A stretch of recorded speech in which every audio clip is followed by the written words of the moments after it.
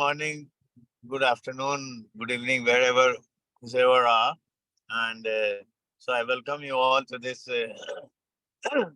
early career research series. And this is the eighth webinar in the series. And I'm happy to introduce today's speaker for our eighth ACR series is Dr. Professor Ashish Kumar Sedai, who is assistant professor economics in University of Texas at Arlington in US. He is a PhD in economics from Colorado State University, Fort Collins, and he did his master's from Jawaharlal Nehru University in economics from New Delhi. And I see that he also served as an assistant professor as a faculty at Delhi University in the economics department. I mean, he has got many laurels to his credit. He has got many national and international awards and recognitions. Got a good amount of very widely published into very high impact factor journals. And I think today what he'll be doing is that he'll be sharing his experience of the work which he has been doing in India and relates to the benefits of the piped water supply as to who benefits from there, and of course more perhaps from the gender lens.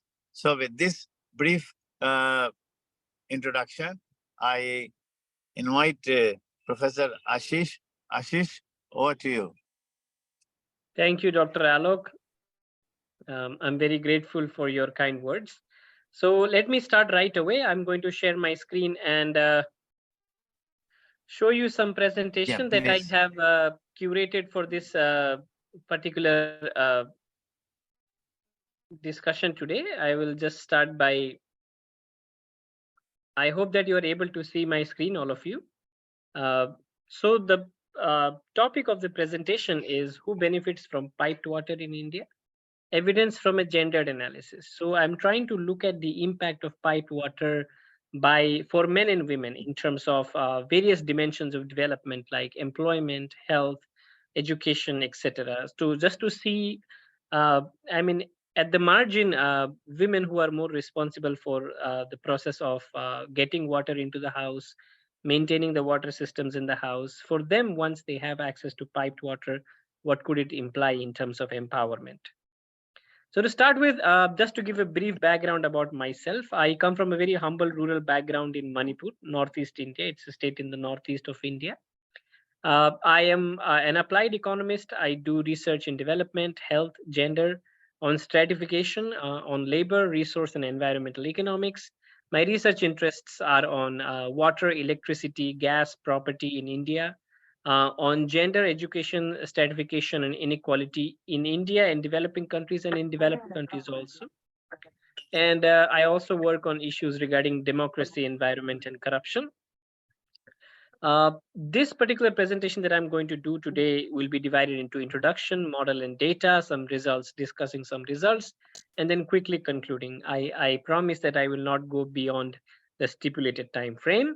So then just a quote here from when I was reading New York Times.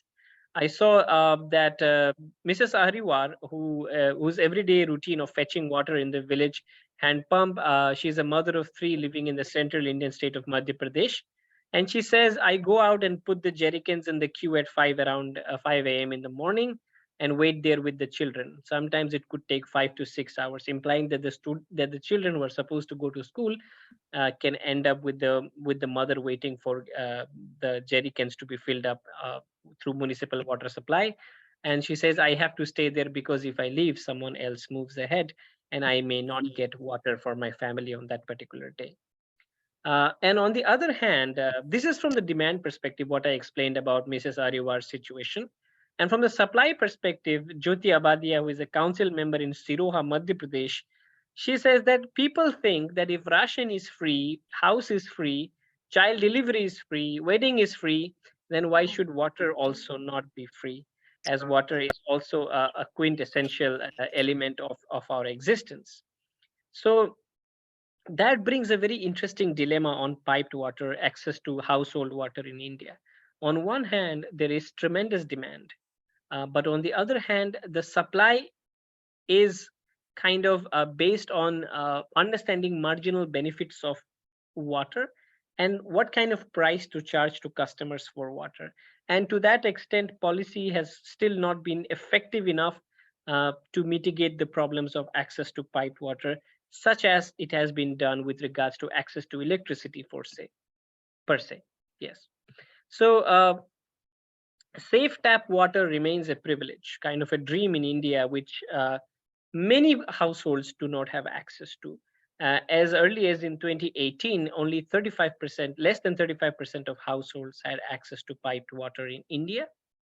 In 2012, 21% and 50% of households had piped water in rural and urban areas, respectively. So the situation is grim. It's improving, but very marginally. And to say that we are sitting in 2023 in this recent age, but much of India's households still lack access to pipe water is kind of uh, it's not a good picture to see, to be very honest. Uh, Primary source of water in 2015 in rural areas, the primary sources of water were tube wells and boreholes, and in urban areas it was piped water in a dwelling yard or a plot or public supply, mostly for a particular community. And the quality of water, especially in urban areas, is also dismal in the sense that the number of hours that households receive water on a daily basis is quite weak in urban areas. Please give me a second here. Let me just open this document in a different format so that I can click to the pictures and come back.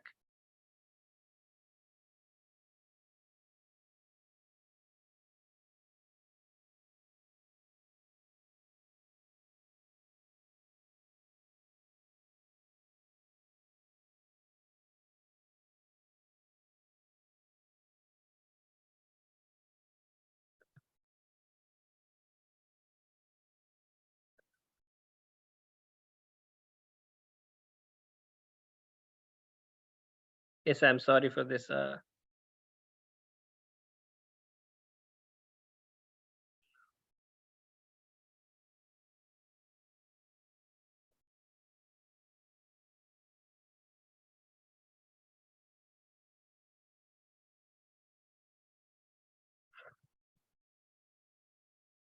Yes, so as I was saying, the condition of pipe water is dismal. The quality is dismal in the sense that, as you see, the number of hours a household receives piped water in a day is also uh, quite insufficient and lacking in many areas of India.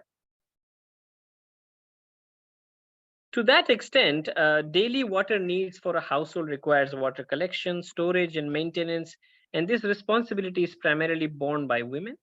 Adult women typically spend 1 to 2 hours every day collecting water and storing water in India. This is according to the India Time Use Survey.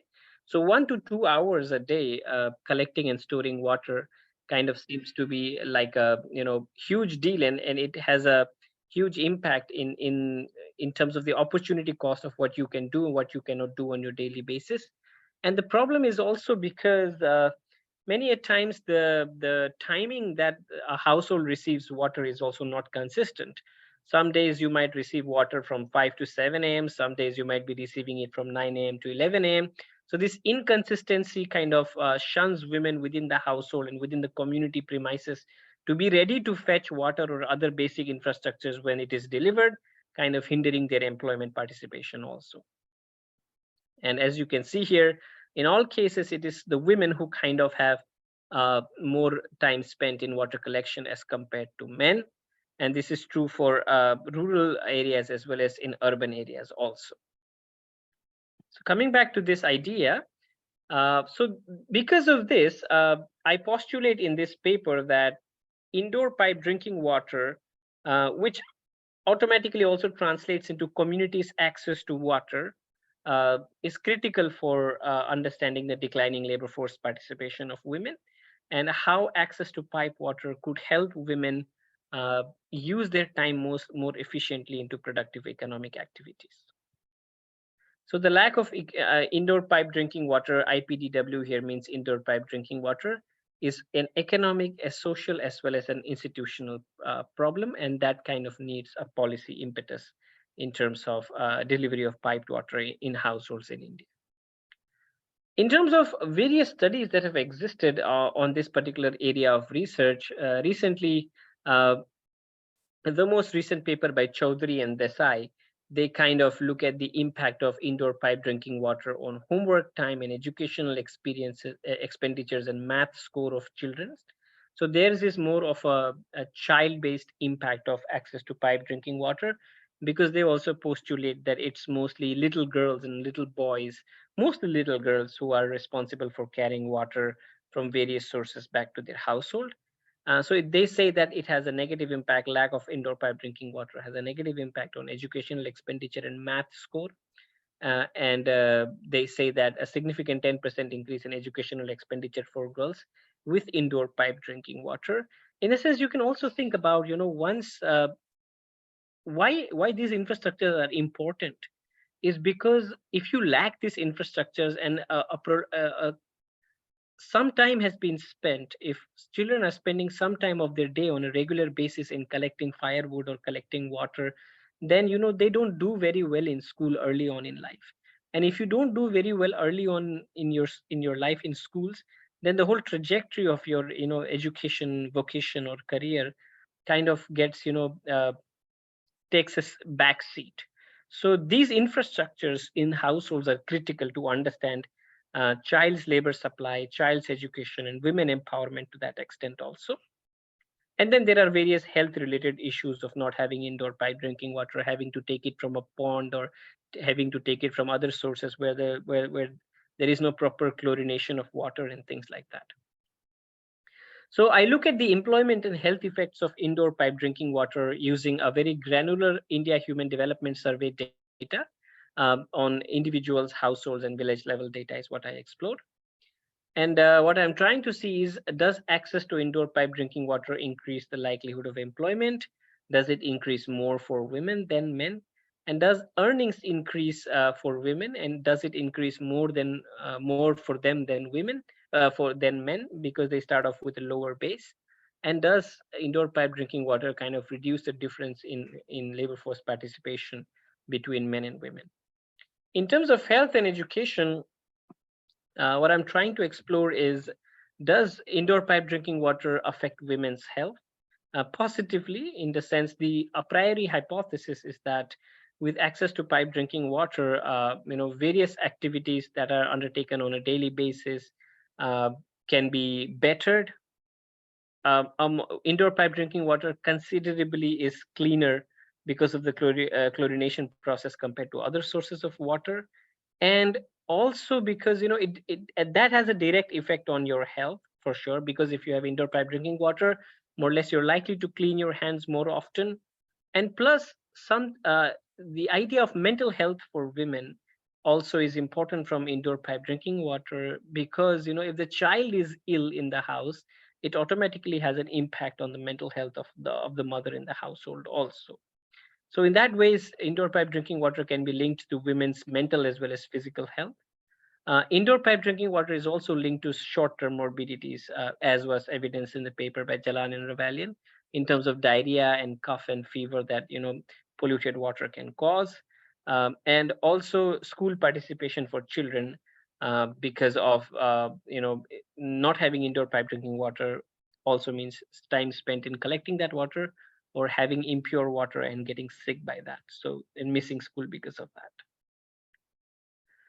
So cutting straight to the chase here, what I find in this paper is that access to indoor pipe drinking water increased the likelihood of employment by 11.8 percentage points for the overall sample. This is a significant impact in the sense that this margin that we see for 11.8% is a huge margin in terms of employment participation in India. Approximately 2 million more people can get employed in India, given the back of the envelope calculations that I made with regards to the coefficients that I received from the India Human Development Survey. I kind of find that somewhere around 2 million people can be employed, more employed, given the the trade-off between time spent in collecting water, having impure water, and then not having to do both of them. 2 million more people could be employed. Indoor pipe drinking water increased the likelihood of wage salary work for women, more for women than for men in rural areas.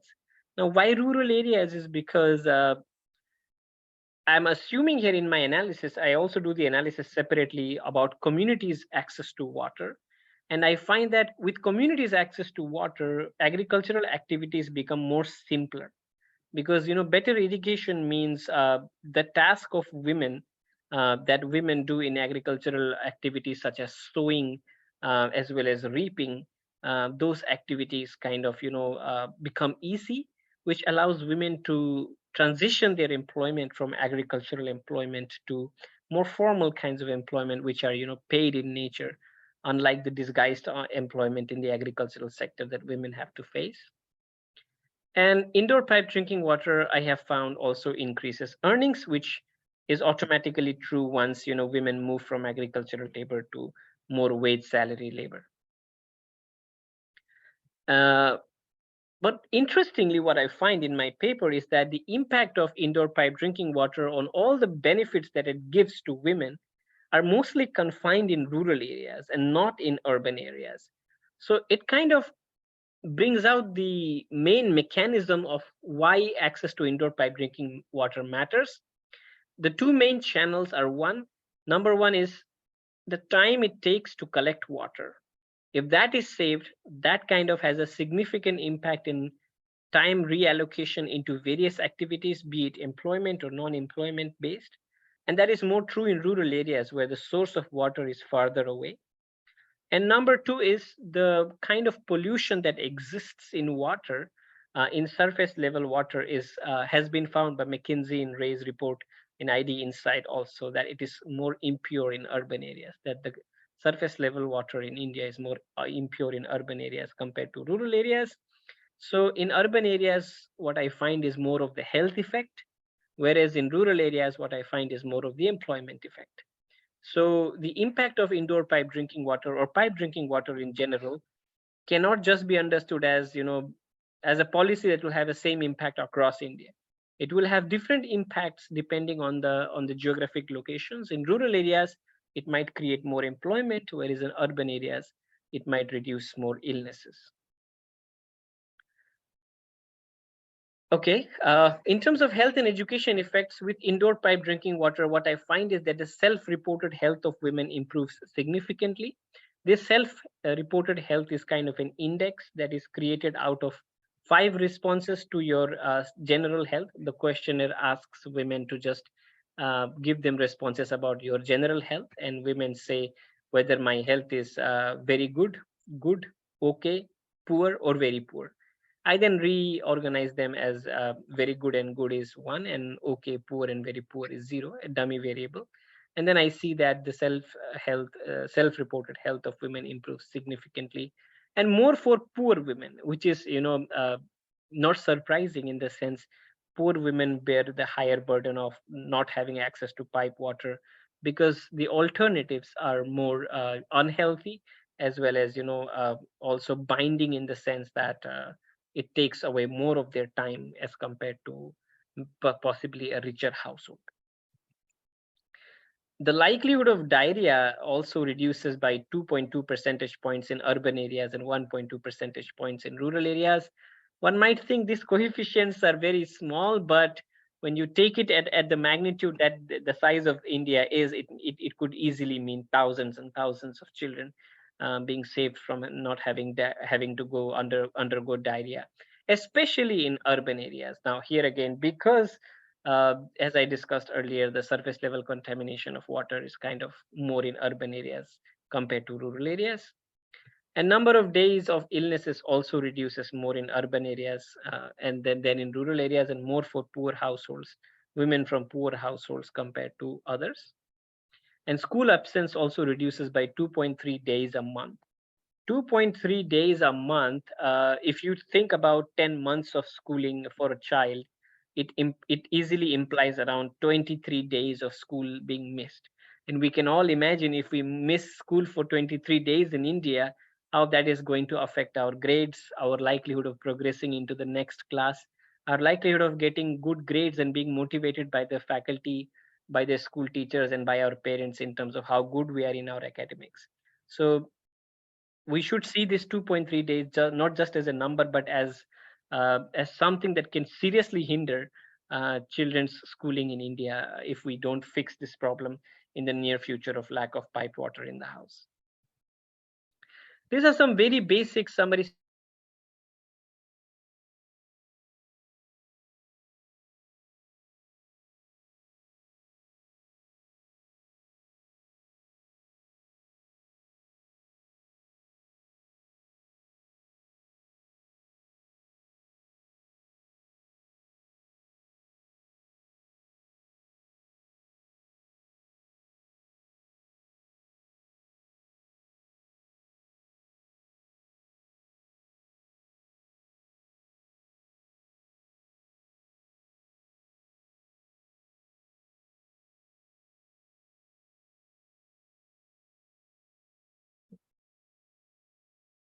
It seems Ashish dropped from the meeting.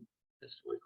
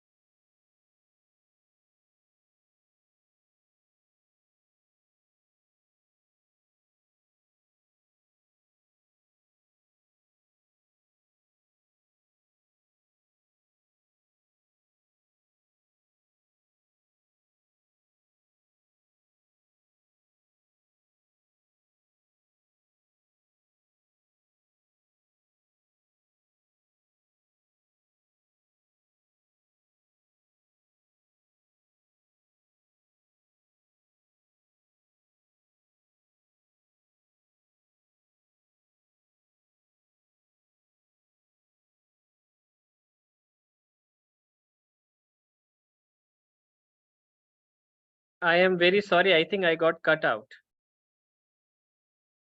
Yes, you are back now. Yes, just as I was saying. Yeah, now you are back. Anyway, it's okay. Yeah, I am really sorry. I don't know how I got cut out. It's okay. Please go ahead. Yes, so as I was saying, this is some very basic summary statistics on uh, employment on health for households without access to piped water and with access to piped water across the 2 time periods of the survey data that I'm using, which is the India Human Development Survey, which has data from 2005 and 2012. You can see that with no indoor pipe drinking water in 2005, employment days for women with no indoor pipe drinking water is kind of higher, but as you move forward, it becomes lower and lower. Annual work days are also higher for households with access to pipe drinking water compared to households without access to pipe drinking water.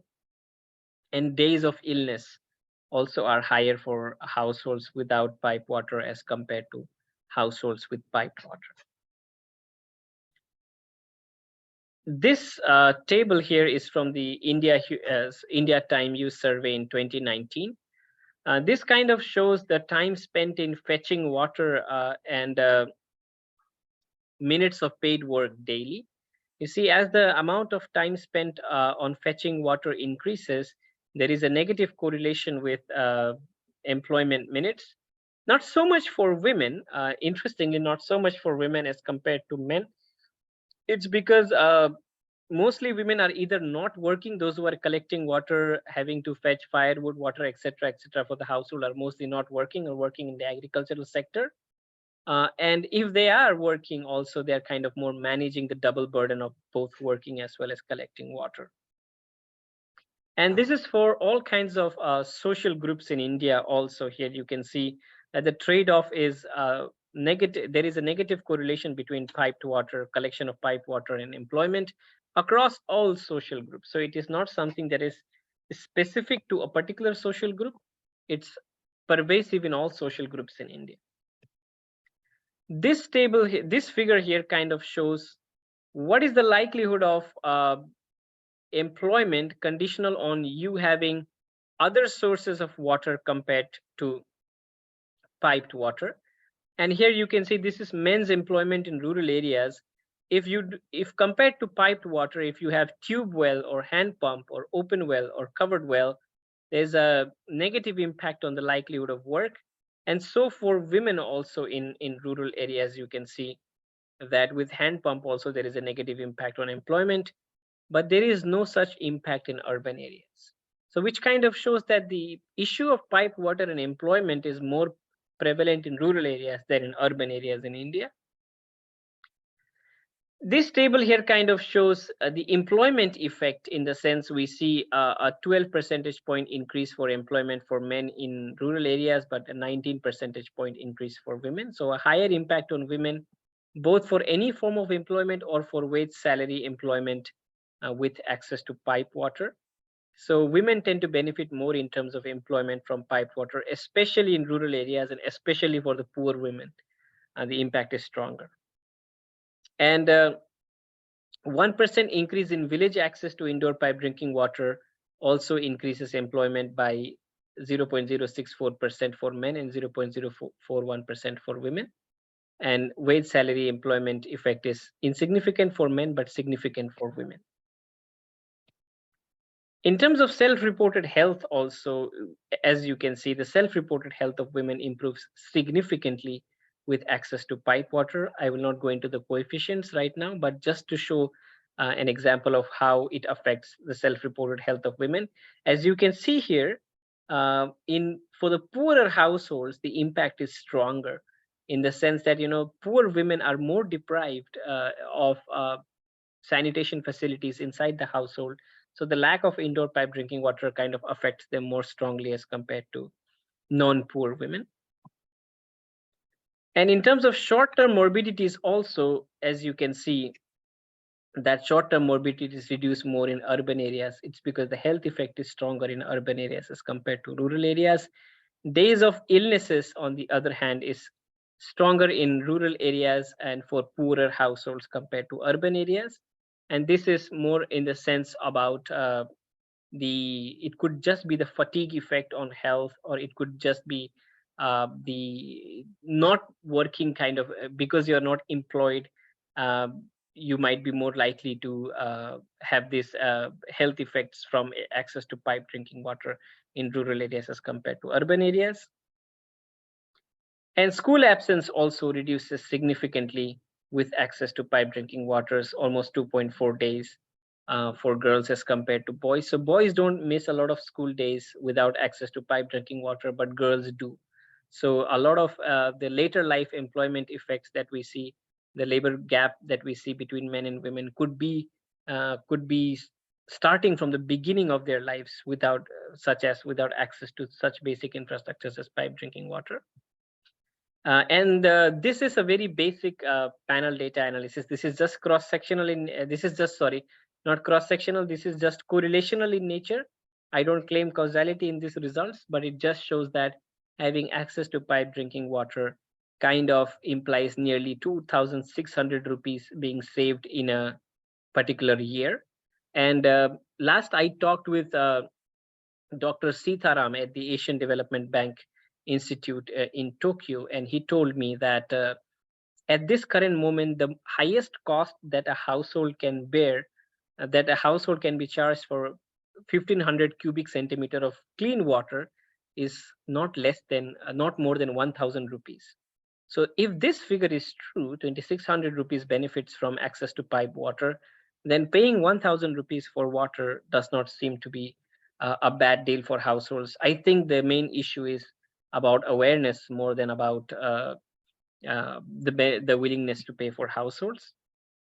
These are all a bunch of robustness tests. So to conclude, I would like to say that relieving the burden of water collection could imply more market-oriented activities for women. It could imply higher earnings, better health outcomes for women, better health outcomes for families, higher economic freedom, and social decision-making ability for women. So IPDW, which is indoor pipe drinking water again, is critical in breaking the vicious cycle of socioeconomic poverty trap for women. Women not getting quality formal education, limited employment opportunities, limited or no earnings, and then limited human capital, which can push back women further in terms of the gender divide, in terms of economic freedom in India. So pipe water is critical in conclusion in India. Thank you so much. Thank you very much, Ashish, for a wonderful presentation. And I know that, and it's really very much topical interest, because particularly for the fact that, as you know, that over the last couple of years now, this piped water supply, har ghar jal nal. So that's the kind of thing. So I hope that what you were making a presentation, it is got relationship with what has been going on now on the piped water supply in the recent years. And so I think with this, because if Tanmay or Archisman, because I'm not able to see who has raised his hand or on the chat or on the Q&A, that the questions, can you guys please facilitate that? And if there are anybody who has raised hand or there are questions in the Q&A. Yes, Parchishman can take over this discussion part, and I made him co-host, and Saranika raised her hand, and I have allowed her to talk. Saranika can go ahead. All right, sure. Okay. Thanks, Ashish, for the wonderful presentation. So I'll take questions. So there is one question from Deepak. Let me just make him able to speak. Just 1 second.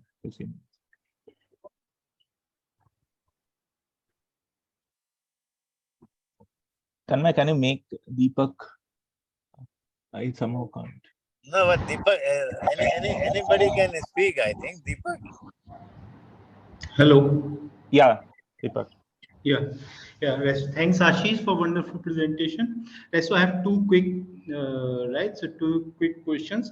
One regarding your identification strategy. So if you just can tell us a little more about, so what is your instrument and how, so you are identifying the effect. And the second, regarding the results, so when we see results at the so the impact on this likelihood of employment, so there is a large difference when the access to IPW at the village level and access at the individual level, so the coefficients are, so there I guess there's a 12% and here less than 1%. Yeah, so Can you please explain that? So these are the two. Absolutely. Thank you so much, Deepak. Let me go back to that particular slide to maybe, yes. So this one is a 1% increase in village level access to IPDW. This one is not really about switching from no IPDW to IPDW at the household level. So that is more of a one-to-one effect, like the percentage point dummy on dummy effect that I was showing. This is more like at the mean value, there is a 1% increase in access to pipe water kind of effect. That's the answer to the second question, I hope.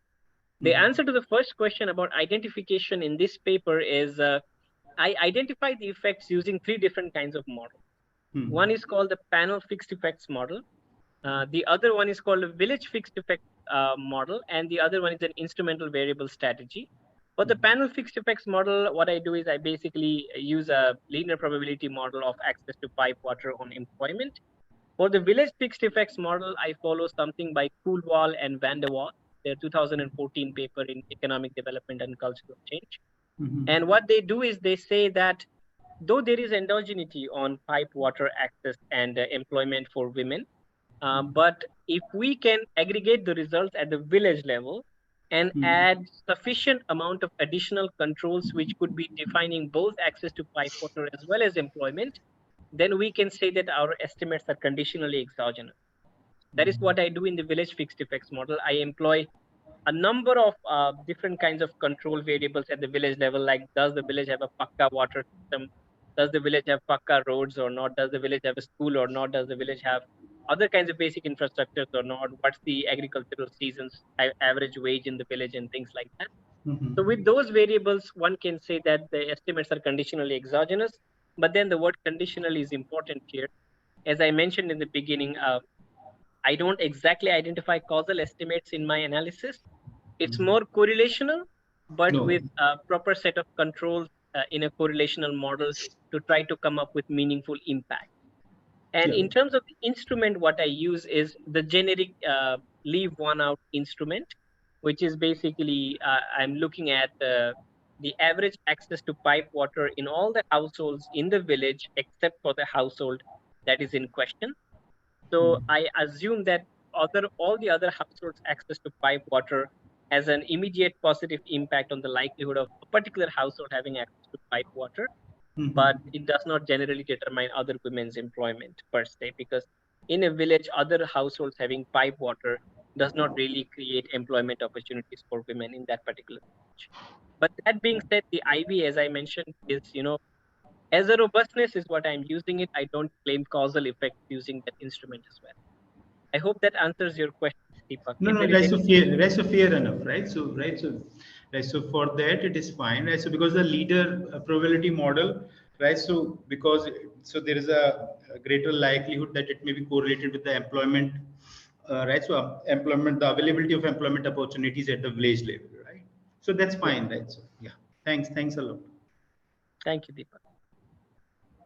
Thanks, Ashish. Is there any more questions? I see I see no other hand. So I will ask a question related to what Deepak was asking. So the result of the employment that you find at the rural case, you talked a bit about the identification, but still, if you can elaborate more, because my question is because the data that you are using, there was another big intervention that happened, the Manrega, which sort of will increase rural employment, I guess, and there could be reverse causality in terms of more employment, you have more probability of getting piped water access. So your thoughts on although you're saying you're not claiming causality, but what would be your viewpoint in terms of how your results address that problem? Yeah. Absolutely, Archisman. That's an excellent question. And I think we are all searching for those answers, I guess, in one way or the other. And in this particular case, what I do, I mean, you're totally right in the sense there were so many other kinds of, public policies that came post 2005 with the UPA government, such as the Manrega program or the bank expansion program, or even to some extent there were water programs as well at that moment of time in India. So to answer your question, how do all the other kind of public policies come into play here? In the sense, what I can control from the existing data is I can control for households' income. That could be correlated with Manrega. I control for the number of adults and number of adults' education, access to various sources of the social network that households have to counter public policies that could have social impact. I control for acquaintance and knowledge of doctors, politicians, administrators, police, educators, nurses, etc. All these kinds of social relations that Manrega could bring. The income effect is controlled through household income in this model, which Manrega could also bring. So directly, I don't control for anything that is related to Manrega or any other public policy, which is why I claim that I am not doing any causal analysis in this paper. It's more correlational.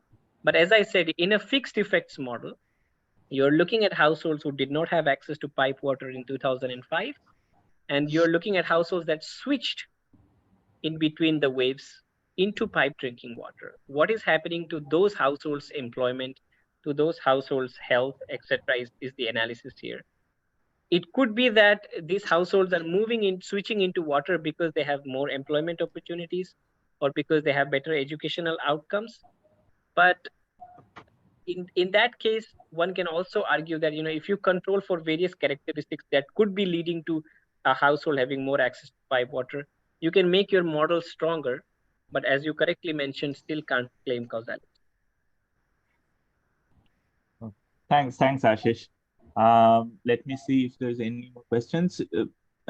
People who are listening in, you can raise your hand or type your questions in the chat. Let me just wait if there is any more questions. There is one question from Shreya. Shreya, can you? Yeah, I think you have to be. Tanmay, can you promote Shreya as a panel? Shreya. No, I think I'm audible. Yeah. Hi, Ashish. Ashish, thanks a lot for that.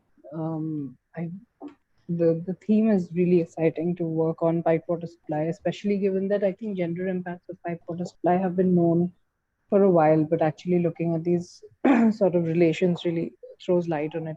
What I want to know is that, see, pipe water supply itself is a very complicated, kind of an infrastructural provision, given that you have centralized pipe water supply, the village itself can provide pipe water supply. In a lot of cases, people themselves, convert their own private, say, borewell water supply into pipe water supply, depending on if they can afford, overhead tanks, etc. So when you looked at pipe water supply from your particular data source, is there a very clear-cut definition of who is providing the pipe water supply? What are the modalities? What is the frequency of supply? In whose hands is, sort of the security of supply? Is it in the government's hands? Is it something that they turn on themselves and can access whenever they want? Because this is something that I found that pipe water supply is generally bundled into a single, overarching provision, but it has a lot of different complex formal and informal mix in terms of how it is provided in different areas.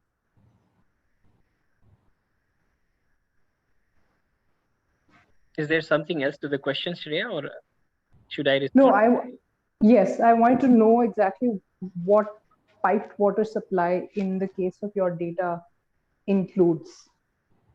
Absolutely. That is an excellent. Yeah, you raised an excellent point from the sense of the supply side determinants of access to pipe water in India. And as you correctly mentioned, there are various complex sources of access to pipe water, especially in rural areas. In urban areas, it's more definitive to that extent. But in rural areas also, there is so much of heterogeneity as to who supplies water and at what level and who is responsible for that supply of water. Unfortunately, in this data set, I don't exactly know who is the supplying body of water, because this is a household survey. It doesn't ask households, where do you get your water from? It just asks, do you have access to indoor pipe drinking water in your household or not? That's the treatment effect that I'm trying to see using the panel fixed effects model, the average treatment effect model.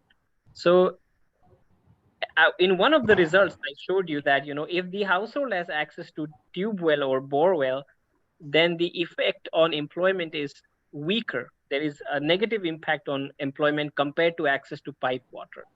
So out of all those complexities, what I'm trying to disentangle is that access to pipe water is more or less like a gold standard compared to access to, say, uh, access to, say, tube wells or bore wells or things like that, which are, again, as you mentioned correctly, a costly affair, especially for poorer households. And it also depends on how deep the water is in your particular community, right? So to that effect, I can't really say who is supplying water, but I can say from my results that pipe water is more beneficial for employment and for health as compared to other sources of water that households have been using in India.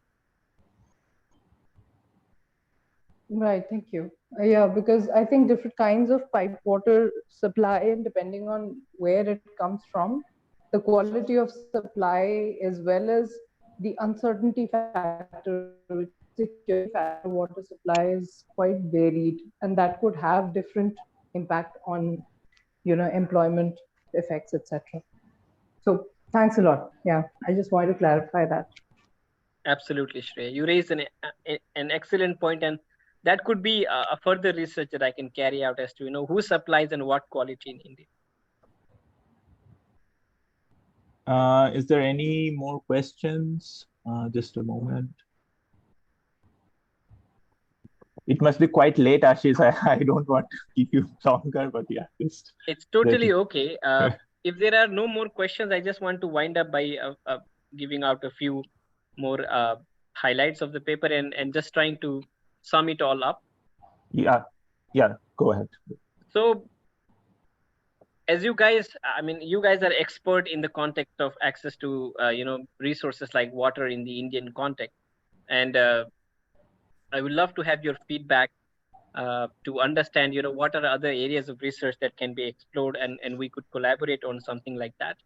One thing that I want to mention is this effort in this paper is more to understand the gendered effects rather than really understanding the complexity of water supply delivery in India. Just to bring into the policy front that, okay, see, if you want to increase access to pipe water in India, from a micro perspective within the household, see who is going to benefit more. And that is because this has been the scenario in India that women have been bearing the cost of access to access to water in India at the household level.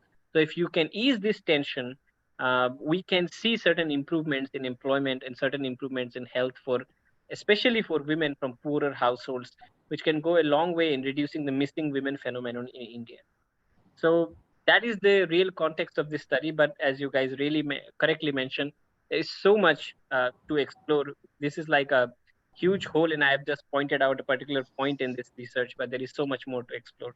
And thank you guys for these amazing questions that you raised that can help me further this research agenda and paper more. Thank you so much. Thanks, Ashish. Just there is another, Deepak has raised his hand again. Maybe he wants to say, Deepak, please. Yeah, right. So one small suggestion. Right. So right. So NFHS, National Family Health Survey, also have right. So a rich information on this pipe water at home, right? So at yard and plot, right? So and that data goes starting from this 2099 to 2019-20 data is already out. So you may try that data as well, right? So to answer at least, right? So some of the question as a robustness, right? So because this IHDS stops at 2012, so NFHS is more recent. If you would like to add as a robustness in your paper, right? So that's the thing I just want to say. Thanks, Ashish, for this wonderful presentation. Good luck.